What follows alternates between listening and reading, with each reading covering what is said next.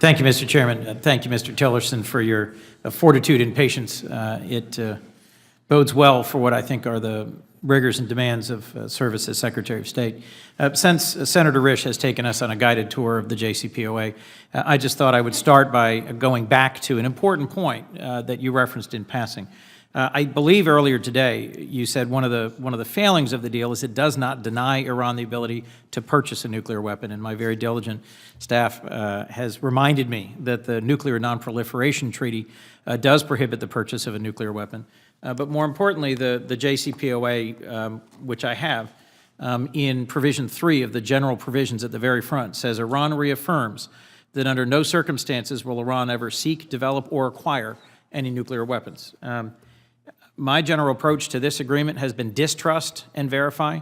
I couldn't agree with you more that Iran's ongoing activities in their ballistic missile program, their human rights violations domestically, their support for terrorism in the region, make them one of the most dangerous regimes in the world and one that deserves very close scrutiny. But I didn't want us to move forward without some clarity that at least the paper, at least the words on the page, do say that they committed to not acquiring a nuclear weapon. That was, I think, one of the positives about it, in addition to the inspection protocols. And they're giving Senator, if I could correct for the record, I misspoke. And during the break, I went and checked my source for that and confirmed that I misspoke, and that, in fact, their commitment to the Nuclear Non-Proliferation Treaty, the language that was in there about acquire, some people quibble over, but their commitment to the NPT was clear, and I misspoke in that regard. Thank you. And I appreciate your comment in response to questions from Senator Merkley and others about keeping a seat at the table through the Paris Agreement and the general approach that suggests. I believe climate change is a major concern for us in the long term and the short term, and that it's human caused, and that there are actions we can and should take in response to it. As a trained chemist, I respect your training as an engineer and would urge you to be attentive to the science, because I think it's fairly overwhelming on this point. I do think that the JCPOA structure, the P5+1, that brought it into force and is enforcing it, and the Paris Climate Agreement are two examples of tables where we should have a seat at the table and be advocates and be driving it. I want to ask you about one other table that was literally designed with a seat for the United States that still sits empty. There's been a number of questions and discussion today about the South China Sea and about China's aggressive actions in building islands. The UN Convention on the Law of the Sea, decades ago, was advanced by a Republican administration, but has still never been ratified by this Senate. And in June of 2012, you signed a letter indicating in your role as CEO of ExxonMobil that you supported the Senate's consent to ratification of the UN Convention on the Law of the Sea. I was a member of this committee when then Chairman John Kerry convened 7 hearings where panel after panel of 4-star admirals and generals and business leaders and national security leaders and former Republican leaders, the administration and senators, all testified in support of this, yet we fell short of ratification. Had we ratified it, we would have that seat at the table to aggressively assert the international law of the sea and to push back on China's actions, which during that debate were hypothetical, today are real. Would you work to support the Law of the Sea Convention if confirmed as Secretary? Well, I will certainly work with the President. We've not discussed that particular treaty. Certainly my position that I've taken in the past was one from the perspective of the role I had at that time, and I do take note of, and I do acknowledge the concerns people have about subjecting any of our activities to international courts. And that's the principal objection that people have.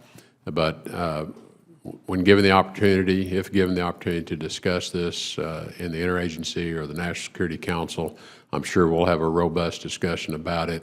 I don't know what the President's view is on it, and I wouldn't want to get out ahead of him. Well, let me ask you about that, if I might, because I came to this hearing with a whole list of questions, and in response to others, you've addressed many of them, where, in my view, you have a notable difference of view from at least some of the concerns based on some campaign statements by the President-elect.